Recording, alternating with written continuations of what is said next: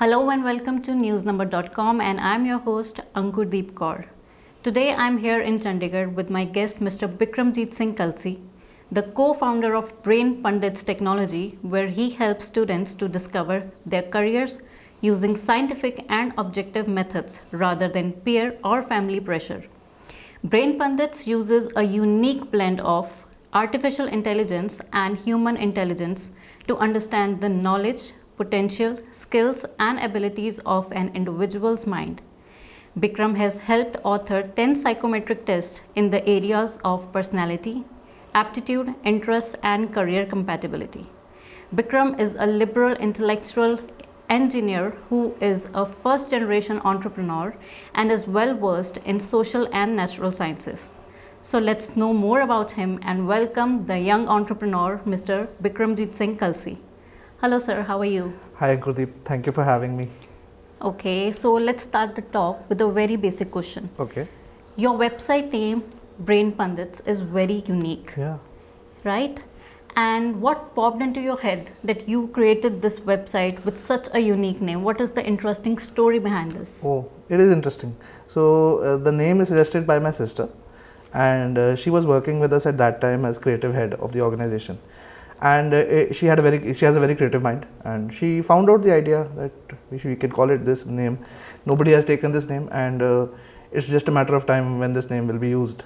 So let's us use it. Before that, we were calling ourselves Trexler. Okay. And it sounded a little bit, mechanical, and it didn't really roll right off the tongue. And this name, it really portrays what we're trying to capture here and what we're trying to deliver to people. I must say, your sister is really creative. Yes. Please brief us more about your family, your upbringing, and how they helped you establish this business. Oh, okay. So that story would begin with my father. Okay. So initially, I wanted to do a job. But I wanted to gain some experience and then start my own startup. But my father said, the best way to learn is to do. Right. So my father, he is right now a retired IAS officer, but that time he was serving in the MHA, the Ministry of Home Affairs, as additional chief secretary there, and his name is Dr. N.S. Kalsi, if any of you guys know it. Okay. Yeah. So. Learned a lot from him. He's my #1 role model, and for sure. From there, I have learned everything that I know. Almost. How is the upbringing, and how did they support you? Okay. Yes. So our house was constantly, we all had so many visitors lots of times, and we used to go to parties and go to functions and meetings and meet, people who held important positions, I would say.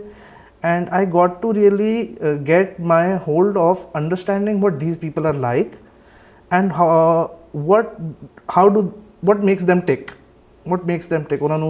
ਉਹਨਾਂ ਦੇ ਅੰਦਰ ਦਾ ਦਿਲ ਕਿਸ ਤਰ੍ਹਾਂ ਚੱਲਦਾ ਹੈ. Understanding them, their own attributes. I really learned a lot from all these meetings. Of course, sometimes you don't want to go, you're a child and you don't want to get ready and wear some clothes and fancy clothes, go to a fancy party. But it really helped me a lot during all these, and I recall all these times that how it helped me. So what is your father's support in establishing this business? Also, he helped me helped me get rid of a lot of these doubts that I had in my mind regarding my own potential, regarding the potential of the idea, and regarding this whole understanding that people are ready for this.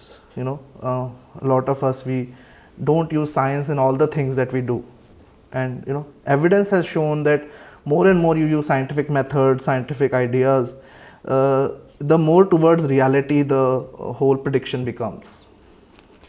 It's good to know that your father is from a very prestigious position, and more than that, it's good to know that the young generation is following the heart's call and is pursuing the dream work, and creative business is being established. And is there any story behind establishing this particular business and not any others? Oh yes, so by default people think that if my father is an IAS officer, I would also be an IAS officer. So I'm a first generation entrepreneur.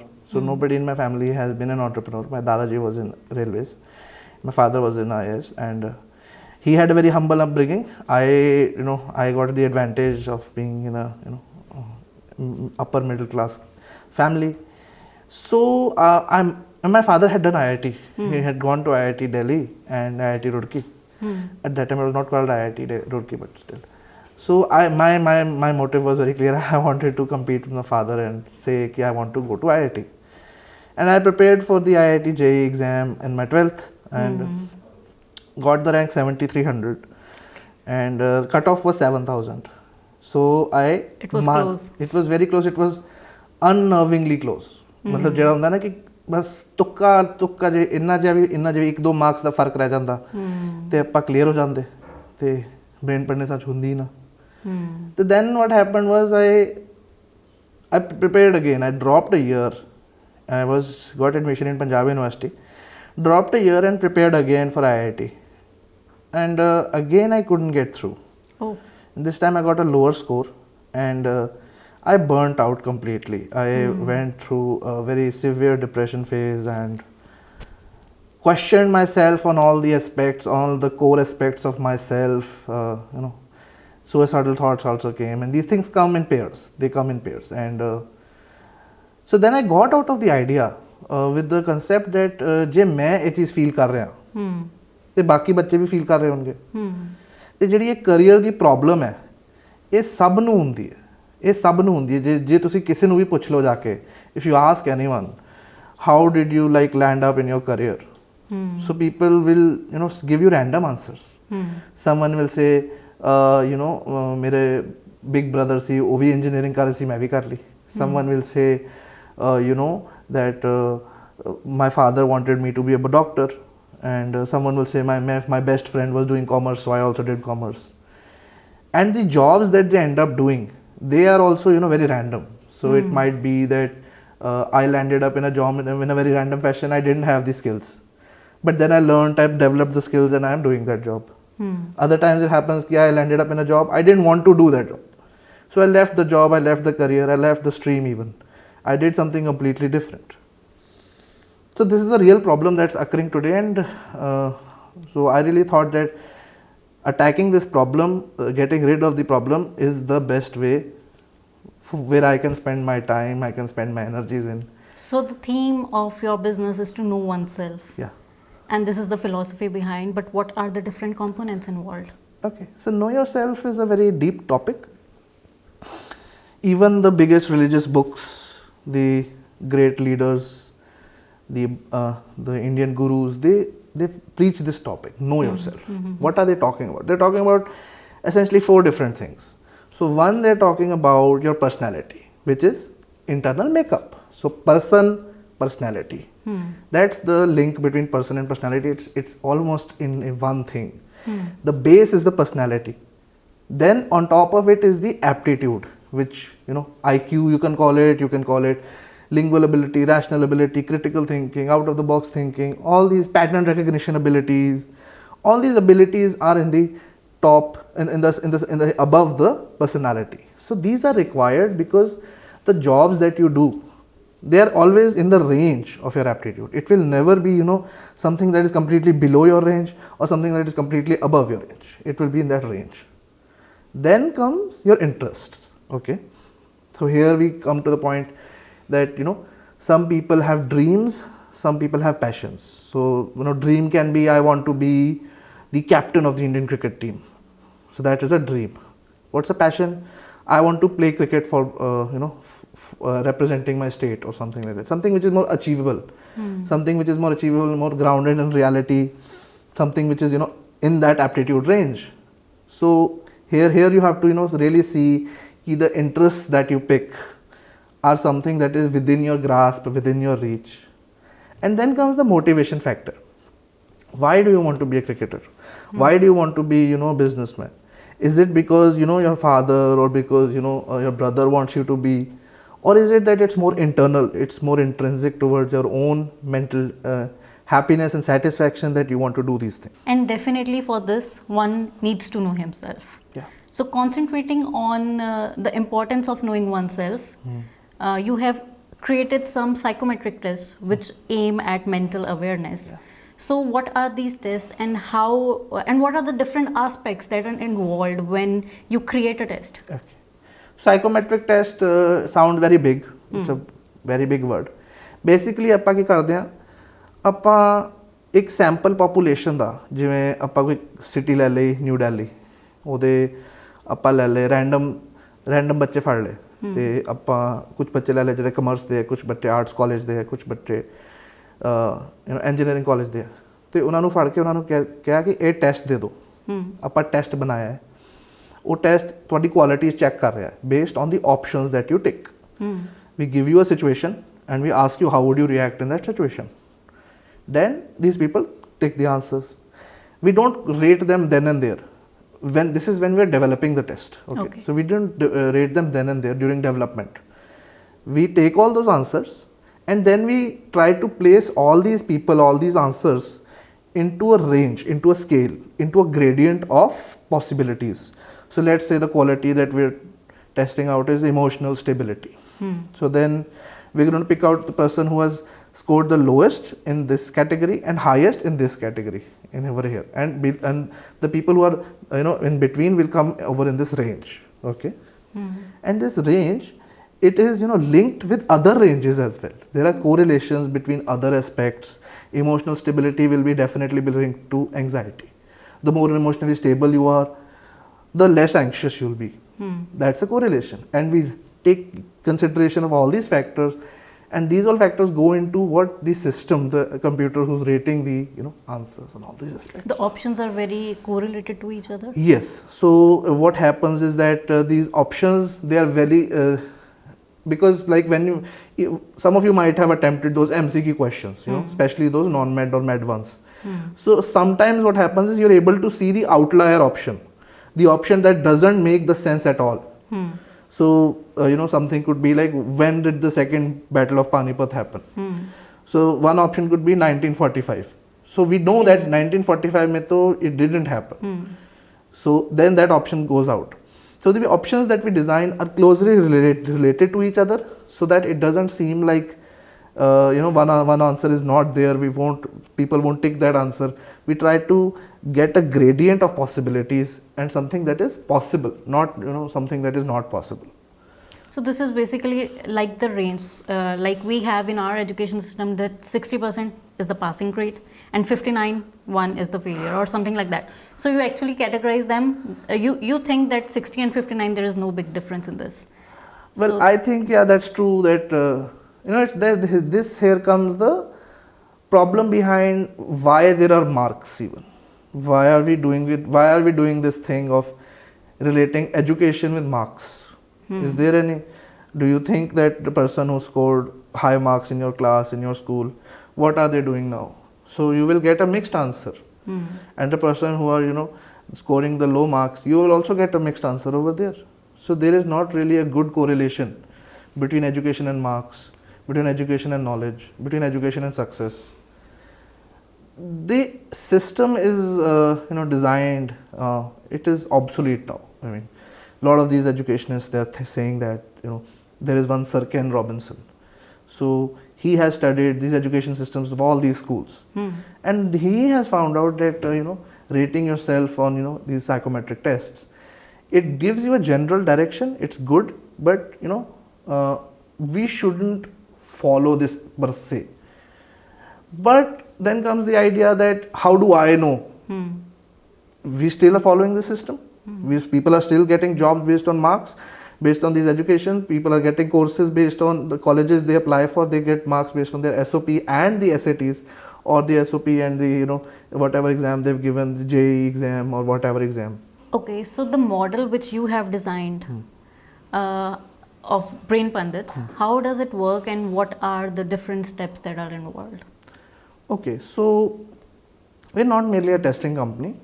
I'll tell you what models are. So first step is you visit our website and you look at some of the tests that you like, and then you pick one test, you give that test. Second step is understanding the report that comes out. That comes out immediately after, because we have already developed the system, and you get your report immediately. You read on the report. There are 60 plus qualities that we measure, and it tells you, okay, your rating on all these things. We don't say numbers per se, we also mention numbers, but we take groups. We take groups that you're in the in the average category, you're in the mid to moderate category, you're in the consider yourself important on this topic category, something like those categories are there. And after that, the third step is to develop yourself.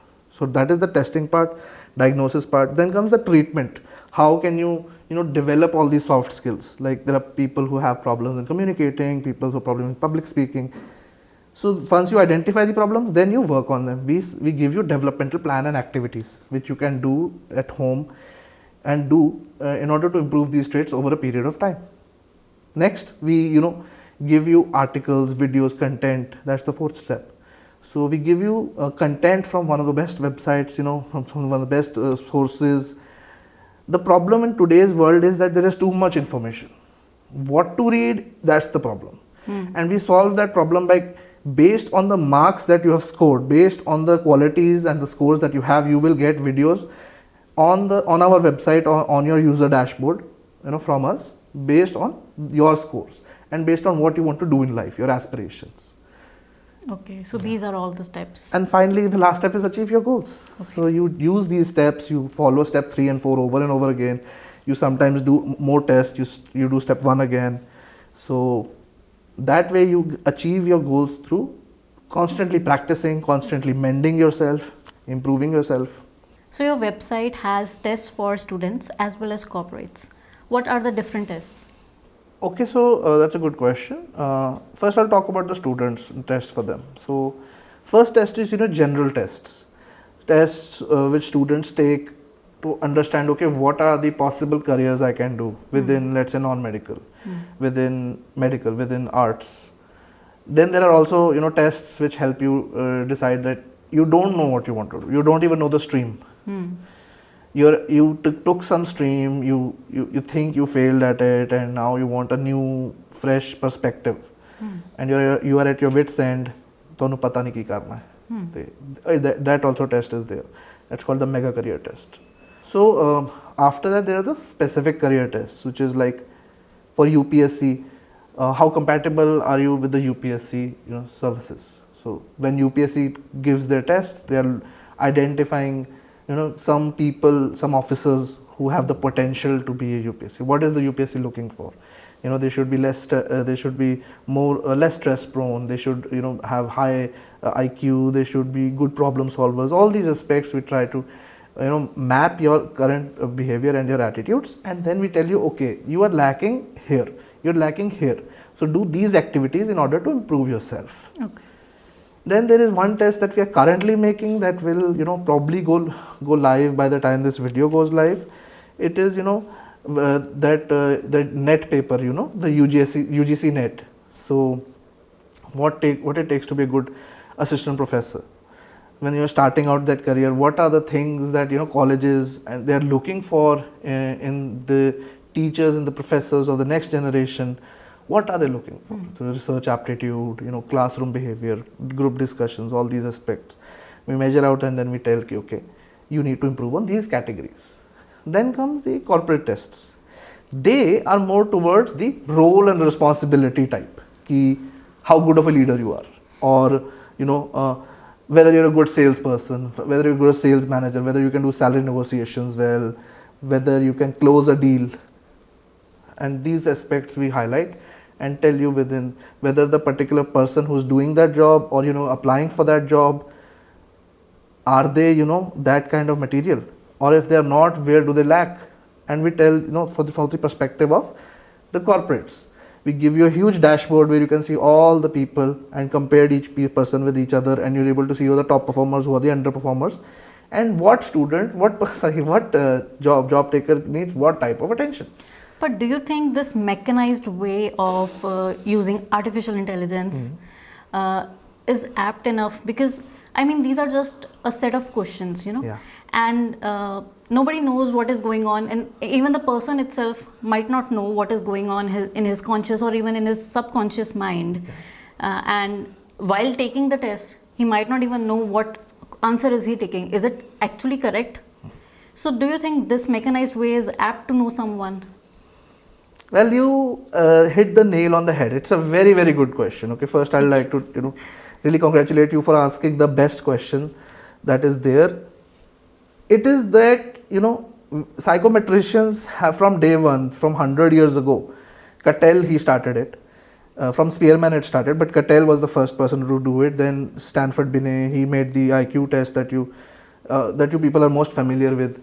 So all these tests, they work on the principle of scoring you on a sheet of questions, and each of these questions options have certain marks. And the whole idea is to computerize this. Our whole idea is to computerize this whole marking system, so that what happens, so that time of the psychologist is not wasted, time of the psychometrician is not wasted, and all these things, you get the answers quickly. That is the whole aspect behind doing it. Now the question that of course nobody can really know what's inside their head. Even we ourselves don't know. That's why we do meditation. That's why we go on these long trips to find ourselves. We are going on this journey, and what are we doing? We are going inside ourselves actually. We are looking at a lot of landscapes, a lot of big materials, and we are seeing how small we are in that whole universe. And what am I? But the idea is that I think that people have this archaic vision of artificial intelligence. But still, don't you think computer plus human thing would have been better? I mean, knowing someone thoroughly and then mentoring will add on to a personal touch, right? Yeah, I agree with that philosophy, but who we are targeting is very important. So firstly, we are targeting the common man. Okay. We are targeting those people who have never done introspection and who can't afford it. So ਸਾਨੂੰ ਪਤਾ ਹੈ ਕਿ ਜਦੋਂ ਅਸੀਂ ਇੱਕ psychologist ਜਾਂ councillor ਦੇ ਕੋਲ ਜਾਈਦਾ ਹੈ, it costs minimum 800 rupees per session, and we have these few sessions a week, few sessions a month, and it takes about roughly 5,000 rupees to get to some level of comfort. But they can't afford that. Common people, they can't afford this, and they have never done the introspection part. And these computers are there to reduce the cost and make them more affordable and help them out. We are trying to help them out. Okay. And to answer your question more deeply, I think that the computers of today are far more intelligent than what we think they are, and they are growing at an exponential pace. And you won't know when they are going to overcome things, and they're going to, you won't need humans there anymore, like the auto industry, something like that. So this has a futuristic approach, and I would like to question this, that in this time period of COVID-19, when every business is being affected and there is economic crisis, what are the various emerging career options? So, I mean, we do the job trend analysis, and currently what these people from KPMG, these reports from Chrysler, what they are telling us is that if you're doing any job in any industry, if you just add some IT elements to it, information technology elements, then your job will become more important. Your job will become less. People will try to retain you more. So whether you take auto industry, so automating any sort of feature in that industry. So computer networks, computer intelligence, data analysis, big data, all these sorts of new careers, they are coming from these areas. And what these areas require is some domain knowledge of that industry. So multidisciplinary jobs will become more prevalent. Okay. Yes. So you have some very amazing clients. These are some big renowned companies, universities and colleges like Chitkara, Birla Life Insurance, and this is something really great. Yeah. But I would like to ask that in this area, like there is so much of competition, and you being a young entrepreneur, you have chosen this business. I mean, how is your company different from the others? What is your USP? Okay, so I'll tell you, there are three types of companies in this domain. So first are the type of companies whose whole effort goes towards the non-scientific method. They are telling you your career compatibilities and all these aspects from not a scientific point of view, let's say.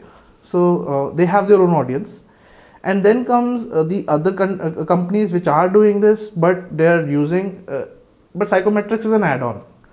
So that's not the main show. The main show is, done by a counselor, a physical counselor, human sound counselor, who will counsel you, who will read your psychometric report, and then they will try to counsel you, okay, what you should do, what jobs you should take, or whether you're fit for this role or not.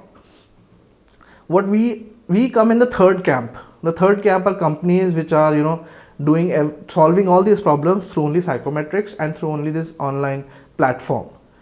So we are targeting the people who really want this kind of want these kind of tools and who haven't got the opportunity, and want to hit those unlucky fellows and really bring them up, help them out. That's what we're trying to do. Okay, and you are one fine young man who has started this very promising business, and I really wish you all the very best. You have some very high aspirations, and all the very best for your future, and may you keep up the good work. It was really nice talking to you, Mr. Bikram. Oh, thank you so much. And this whole interview, whole process, this was also so awesome that you asked all the important questions, because sometimes these get ignored. So thanks for having me. Thank you so much. So viewers, you now know where to land if you want to discover yourself by taking the aid of artificial intelligence. Take the psychometric test and know your personality traits and explore various career options for yourself. I hope you enjoyed the discussion. This is me, Ankurdeep Kaur, signing off, but you stay tuned to newsnumber.com.